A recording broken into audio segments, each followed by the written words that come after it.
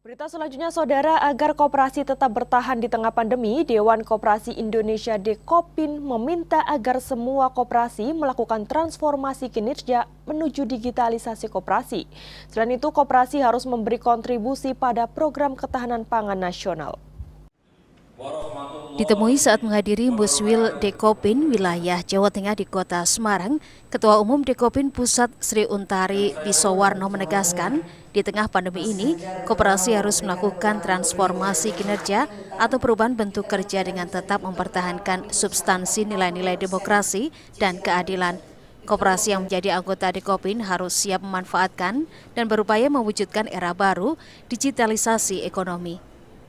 Sri Untari Wisowarno mengakui masa pandemi ini berdampak pada kegiatan perkoperasian, namun tidak begitu signifikan, hanya berdampak 10% saja. Agar koperasi tetap berkembang, melalui anak binaan ataupun kerjasama dengan UMKM, harus memanfaatkan digital dalam menjalankan aktivitasnya. Karena digital ini sudah tidak bisa dilewatkan lagi, ini adalah zaman di hadapan kita, maka kita harus melakukan itu. Nah, mentransformasi generasi, mentransformasi sistem, mentransformasi SDM, ini butuh dukungan yang kuat, maka Dekopin punya lembaga namanya Lapenkop, yang itu ada di pusat, ada di wilayah, ada di daerah. Ini akan menjadi agregat yang kuat, mesin pendorong untuk membangun mindset SDM koperasi. Digitalisasi koperasi ini mengharuskan SDM koperasi harus menguasai teknologi informasi, maka diperlukan SDM yang mumpuni, terutama generasi muda yang punya kinerja tinggi. Senat Puji, Kompas TV, Semarang, Jawa Tengah.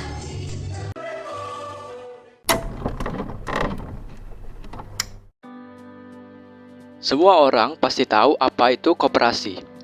Koperasi dianggap sebagai pilihan alternatif dari supermarket yang biasanya menetapkan harga barang yang lebih mahal dan lebih mengharapkan keuntungan.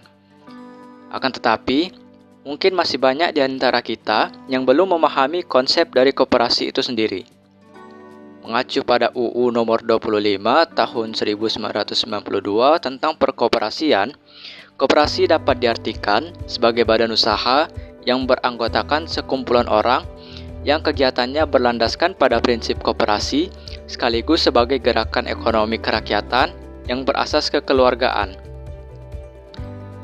Pada dasarnya, koperasi hampir mirip dengan toko atau supermarket yang ada di jalanan.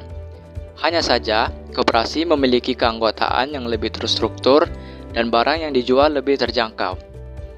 Koperasi menjadi salah satu kegiatan usaha yang cukup menjanjikan.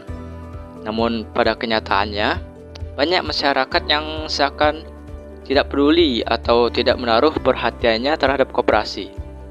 Nah, ini menjadi perhatian bagi masyarakat dan juga pemerintah agar dapat menghidupkan kembali pamor koperasi yang kian meredup. Salah satu caranya ialah dengan melakukan digitalisasi koperasi. Digitalisasi koperasi ialah sebuah upaya yang dilakukan untuk mengubah manajemen koperasi dari yang bersifat manual menjadi digital. Adanya digitalisasi koperasi ini membuatnya memiliki orientasi tujuan untuk kemudahan, kecepatan pelayanan, kenyamanan, serta keamanan saat melakukan transaksi dengan koperasi. Selain itu, upaya digitalisasi koperasi diharapkan mampu mempercepat pertumbuhan koperasi. Baiklah, pada kesempatan kali ini kelompok kami akan membahas tentang rendahnya minat masyarakat yang ingin berpartisipasi menjadi anggota koperasi. Nah, di sini masyarakat Indonesia itu terdapat belum mengetahui koperasi dengan benar, mulai dari bagaimana menjadi anggota sampai cara mengelola koperasi dengan benar. Nah, kurangnya peminat ini juga karena adanya lembaga-lembaga yang bergerak di bidang pemberian modal, pemberian kredit, serta layanan keuangan lainnya, seperti contohnya itu bank. Nah, untuk itu masyarakat diharapkan bisa mengenal koperasi lebih jauh sehingga bisa berpartisipasi mengembangkan koperasi di Indonesia. Selain itu, permasalahan koperasi di Indonesia adalah kurangnya pemahaman dan kompetensi dari para pengolahnya, seperti pengurus dan pengawas. Hal ini membuat koperasi sulit berkembang, hasil tidak tercapai kesejahteraan para anggotanya. Walaupun format koperasi sederhana, tetapi masih dibutuhkan pemahaman dan kompetensi yang memadai dalam mengurus koperasi. Satu di antaranya dalam mengurus arus transaksi keuangan koperasi, yang mana adanya arus uang yang masuk dan keluar. Jangan sampai terjadi salah pencatatan yang berakibat fatal pada laporan keuangan secara makro. Karena itu, dibutuhkan pengurus koperasi yang kompeten di bidang keuangan atau akuntansi.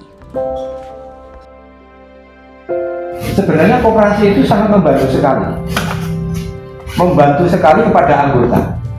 Selama anggota itu memanfaatkan dengan positif, bukan konsumtif, kan gitu. Ya, artinya bahwa ada pengembangan usaha yang diberikan oleh koperasi, fasilitas koperasi, karena itu adalah milik mereka sendiri, dari mereka, untuk pengembangan diri mereka.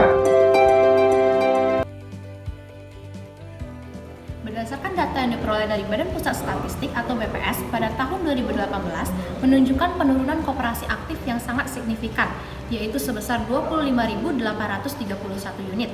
Penurunan ini masih berlanjut hingga tahun 2019 yang diungkapkan bahwa jumlah koperasi yang aktif itu hanya sekitar 123.048 unit dengan volume usaha sebesar 158 triliun rupiah.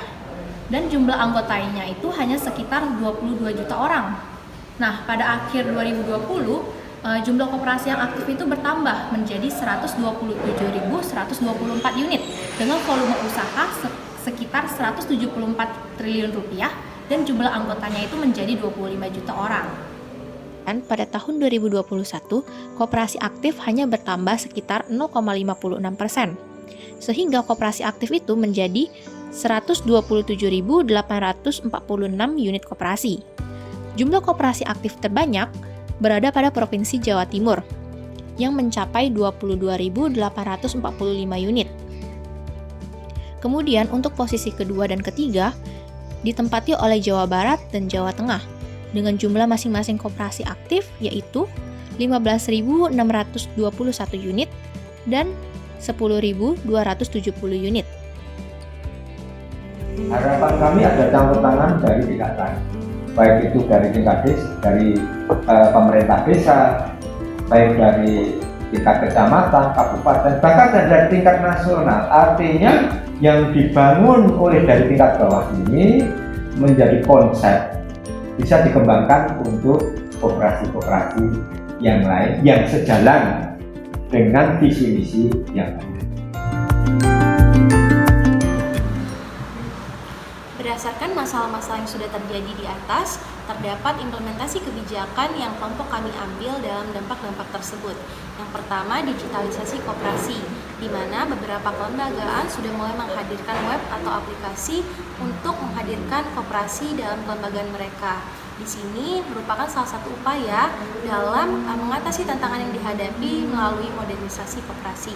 Yang kedua adalah melalui peningkatan kualitas produk atau jasa berdasarkan dan berbasis teknologi yang mengembangkan sarana dan prasarana, di mana perbaikan kualitas, kemudian pemberian pinjaman, pemberian konsultasi, pelatihan, serta pendampingan para ahli untuk melakukan sebuah koperasi. Yang ketiga adalah menjadi wadah serta sumber permodalan bagi para rekan UMKM, di mana koperasi harus menjadi rekan UMKM dalam memberikan pinjaman, memberikan modal dalam membenahi atau mengembangkan usaha mereka. Kemudian yang keempat adalah modernisasi dan memperbaiki manajemen melalui pengurus koperasi yang berkualitas, di mana koperasi sendiri harus memperhatikan sisi manajerialnya, di mana koperasi sendiri harus menghadirkan SDM-SDM yang berkualitas melalui pengupgradean SDM tersebut. Karena saya bekerjanya di jalanan atau sebagai ojol yang belum tentu pendapatannya, itu saya mengharapkan untuk bergabung di BKM karena angsurannya cukup ringan.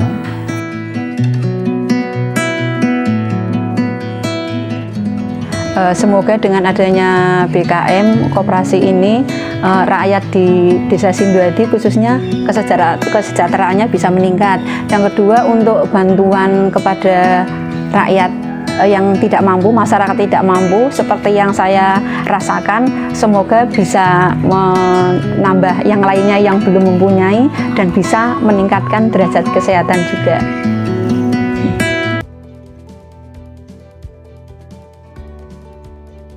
Kita bisa mempelajari struktur maupun komponen koperasi dari negara-negara lain. Salah satu contohnya yakni adalah negara Singapura. Singapura adalah negara kecil dengan jumlah penduduk 5,31 juta jiwa. Negara ini memang tidak memiliki sumber daya alam yang kaya raya seperti Indonesia, tetapi mereka banyak mempraktikkan kegiatan sosialisme koperasi ketimbang mewacanakannya sebagai jargon ekonomi kerakyatan. Terbukti, dua koperasi mereka, NTUC Fair Price dan NTUC Income yang bergerak di sektor retail dan asuransi, masuk dalam daftar 300 koperasi besar dunia. Koperasi konsumen NTUC Fair Price adalah merupakan perusahaan sosial yang bergerak di sektor retail, terbesar dan terkuat di negara ini. NTUC Fair Price menguasai 60% lebih pasar retail dan memiliki lebih dari 250 jaringan toko dalam berbagai ukuran. Mulai hypermarket, supermarket, sampai dengan convenience store untuk kebutuhan sehari-hari. Toko-toko kecil dengan label Finest berlogo emotion senyum dengan dominan warna kuning ini mudah sekali ditemukan di sudut-sudut kota Singapura. Toko-toko kecil yang berjumlah ratusan inilah milik koperasi retail Fair Price. NTUC Fair Price mencatat rata-rata kunjungan setiap bulan lebih dari 1,5 juta orang pembeli. Koperasi NTUC Fair Price didirikan pada tahun 1973 dan toko pertamanya dibuka oleh Lee Kuan Yew, Perdana Menteri pertama Singapura.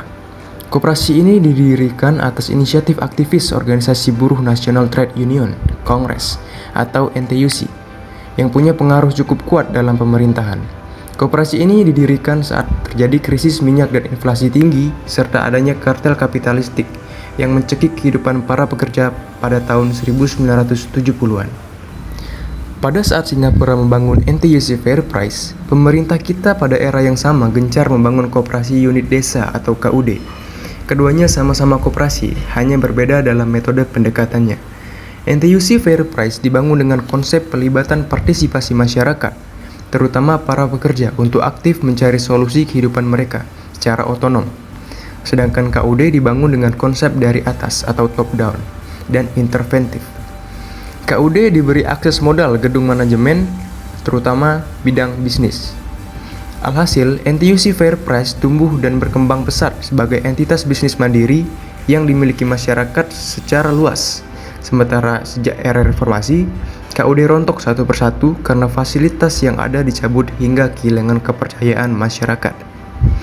Melihat kebijakan perkoperasian kita saat ini, sepertinya pemerintah masih menghendaki posisi yang sama seperti sebelum-sebelumnya, bukan menghargai otonomi dan memberikan lingkungan yang baik bagi tumbuh kembangnya koperasi. Malah koperasi selalu disubordinasi dalam manajemen dan permodalannya. Setidaknya, hal ini tampak dalam Undang-Undang Perkoperasian yang baru, sebagaimana menempatkan peranan pemerintah lebih dominan dan bisnis koperasi bukan diunggulkan. Prinsipnya, namun justru disubordinasi ke perusahaan swasta kapitalistik. Kita tidak hanya telah gagal membangun koperasi konsumen, tapi kita benar-benar tidak diberikan waktu untuk belajar dari kesalahan masa lalu.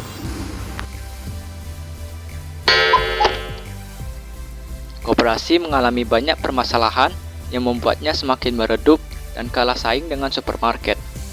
Beberapa kebijakan dan solusi sudah diterapkan agar dapat mengembalikan kejayaan koperasi di Indonesia. Oleh karenanya, perlu kerjasama antara masyarakat dan pemerintah dalam rangka pembangunan koperasi yang ada di Indonesia. Dengan begitu, koperasi di Indonesia akan semakin maju di masa mendatang nantinya.